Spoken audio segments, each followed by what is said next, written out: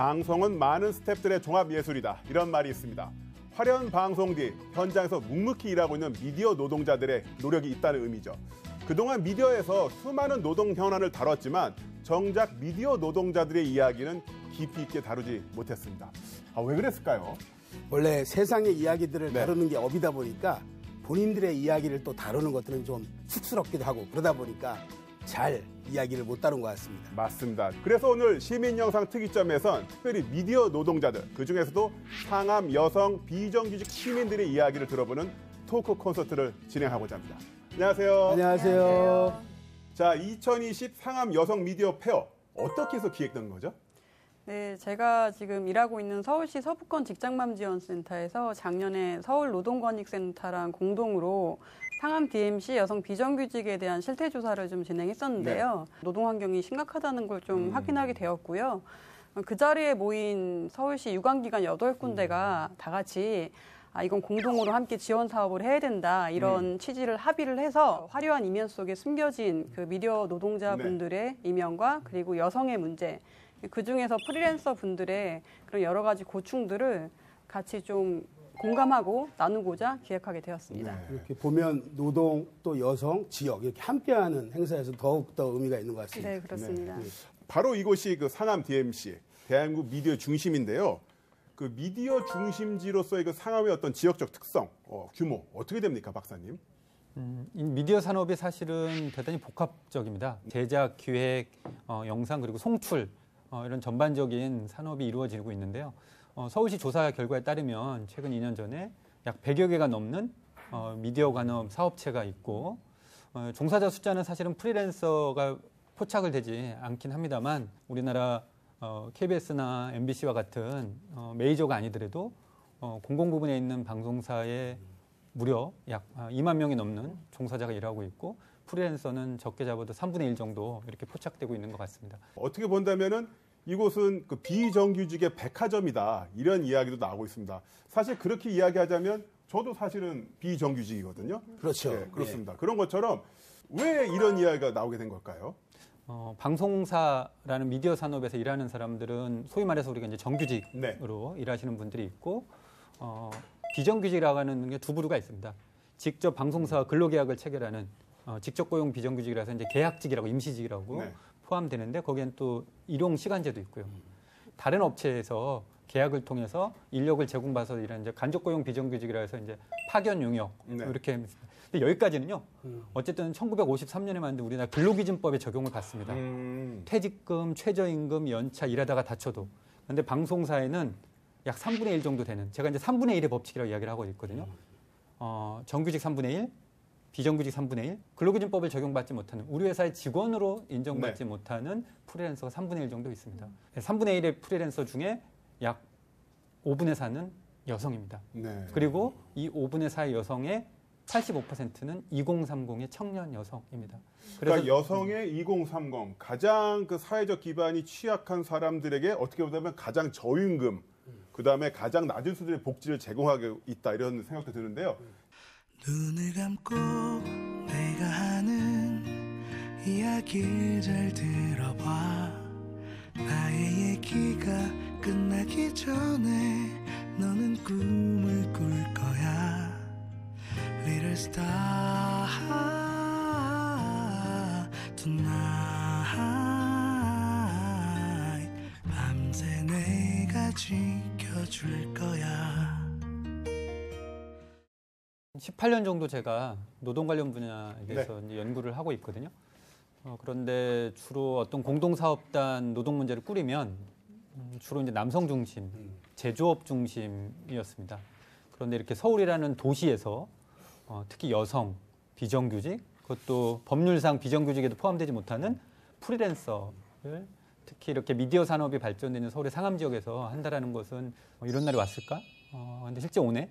이런 게 생각이 들어서 이런 여성 미디어 산업에 일하는 프리랜서 노동자들의 현실을 좀 알고 제도적으로 혹은 실천적으로 시민과 함께 할 수 있는 방안을 모색하는 것은 의미가 있다고 생각이 들고 저는 그 방송사에서 뭐 때가 되면 특히 5월 뭐 노동의 어떤 계절이 오면은 그 특집 다큐, 비정규직의 그늘 뭐 이런 식의 어떤 다큐멘터리를 만들어 내보내는데 좀 그런 생각도 들더라고요. 아니 멀리 갈 필요가 없거든요. 방송사 층마다 비정규직 여성분들이 계세요. 맞죠. 예. 제 오늘도 저 머리 만져주신 코디 선생님들, 의상 준비해주신 선생님, 그리고 이 대본 만들어준 작가분들, 이 모든 분들이 다 여성분들이 많으시고 또 비정규직 이런 분들이 많으신데 지역적 특성도 있지만 대부분의 여성 노동자들이 놓여진 현실을 아주 압축적으로 보여주는 곳이다라는 생각이 좀 들었고요. 제가 좀 더 자세히 살펴보고 또한 고민하면서 다시 이제 정책적으로 또 할 일을 찾아야겠다라는 뜻깊은 자리가 되는 것 같습니다. 네. 네. 사실 외국에서는 비정규직 그러니까 고용이 안정돼 있지 않은 직급일수록 오히려 정규직보다 돈을 더 많이 주는 그게 또 오히려 법적으로 보호받고 있다 이런 이야기도 제가 들었었거든요. 호주하고 프랑스가 대표적으로 시간급으로 계산해서 일을 하는 비정규직들은 고용을 안정받지 못하고 퇴직금조차 없기 때문에 시간으로 일했을 때 시급을 예를 들어서 제가 정규직인데 10,000원을 받는다면 저희 연구소에서 일하는 비정규직은 20%를 더 가산해서 주는 120% 이렇게 주는 나라들이 있습니다. 맞습니다. 세상의 상당수의 문제는 입금으로 해결할 수 있죠. 제도가 그래도 돼야 이게. 제도도 해결하고 입금도 해결해야 되겠죠. 자, 그러면요. 상암에서 일하는 미디어 여성 비정규직 노동자들은요. 과연 어떤 어려움을 겪고 있는지 그들의 목소리 직접 만나보시죠.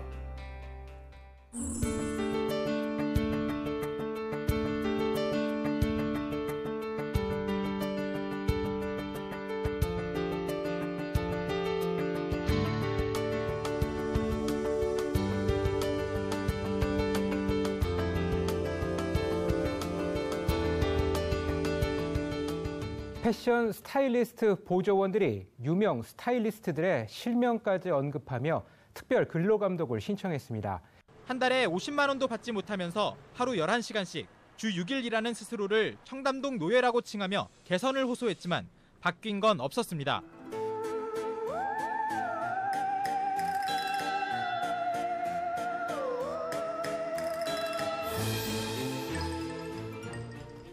저는 사실은 당당하거든요. 저는 당당한데 이게 제가 이렇게 바꾸려고 나서는 게 제가 이 일을 너무 사랑하고 앞으로도 이 일을 하고 싶어서 이렇게 나서는 거예요.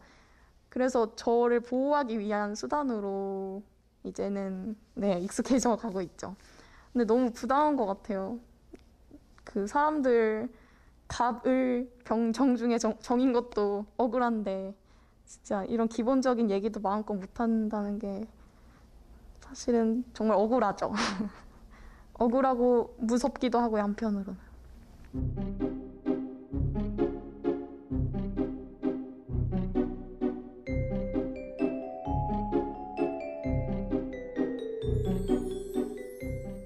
저는 일할 때 보통은 10시간 이상씩 하루에 했던 것 같고 많을 때는 정말 뮤직비디오 촬영하거나 뭐 예능을 길게 찍는다거나 하면 24시간을 넘기죠. 막 1박 2일 넘게 촬영하고 그러니까요. 그렇게 일하고 저는 첫 월급은 40만 원이었고요. 네, 그 뒤로 6개월 정도 일하고 다른 팀으로 옮겼는데 그때는 50만 원으로 시작을 했어요. 한 달에 50만 원? 네. 어떻게 책정이 됐길래? 근데 사실은 이 후에 있는 계약 문제랑도 좀 연관이 되는데요. 이제 제대로 된 근로계약서 작성을 안 해주기 때문에 면접을 나가면 보통 이런 식이에요. 우리는 그 신입한테는 40밖에 못 줘. 우리는 50밖에 못 줘.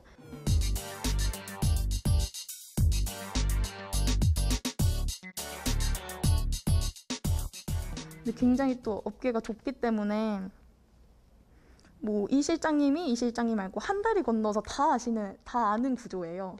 그래서 더욱더 이렇게 문제 제기를 못했던 것 같고, 그리고 사실은 뭐 한 달 일하고 뭐 1년 일하고 그만두시는 분들도 많거든요. 근데 사실상 그때 그만두시는 분들은 나 다시는 안 돌아가 라는 마음으로 그만두시기 때문에 따로 본인이 힘써서 문제 제기도 하지 않고 그런 것 같아요. 그렇게 이어져 온 게 20년인 거고.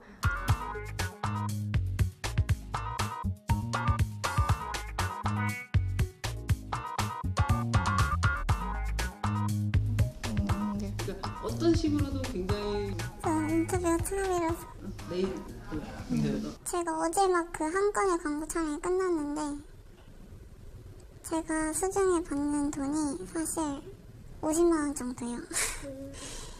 그게 저희가 스태프 계약서도 쓰지 않고 어떤 근로계약서 없이 뭔가 프로젝트라는 명명 하에 그냥 건대로 돈을 받는 거거든요.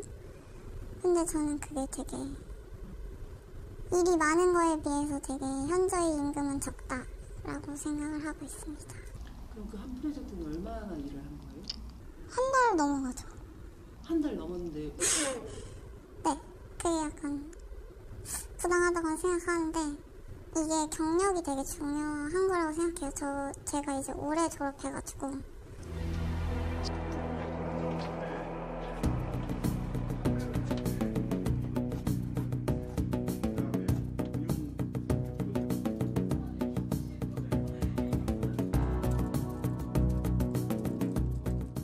똑같이 상근을 해서 일을 하고 그렇기 때문에 프리랜서다라고 생각해 본 적은 없는 것 같아요.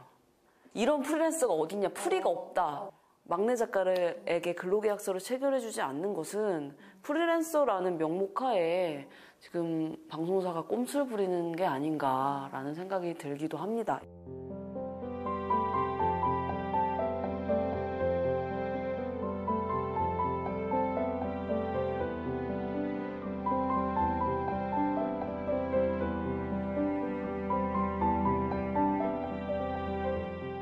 내가 일한 만큼의 가치를 좀 인정받는 대우, 임금을 지불했으면 좋겠다라는 생각입니다. 그래서 가장 먼저 바뀌어야 될 거는 최저시급이라도 저희가 최저시급을 계산해봤을 때 거의 3,000원대가 나오는 충격적인 결과가 있었거든요. 근데 사실상 제가 40만 원 받았을 때를 생각하면 뭐 1,000원도 안 되는 꼴이에요. 그래서 최저시급 정말 우리가 밥 먹고, 그러니까 편하게 밥 먹고 편하게 잘 수 있는 그런 환경이 됐으면 좋겠다. 많은 막내 작가들이 저임금으로 굉장히 많은 노동을 하고 있거든요. 이제 더 이상 방송작가라는 직업을 그만두는 것이 최선이 아닌 미래가 보이는 직업, 그리고 내가 꿈꿀 수 있는 직업, 정당한 대가를 얻을 수 있는 직업으로 자리 잡았으면 좋겠습니다.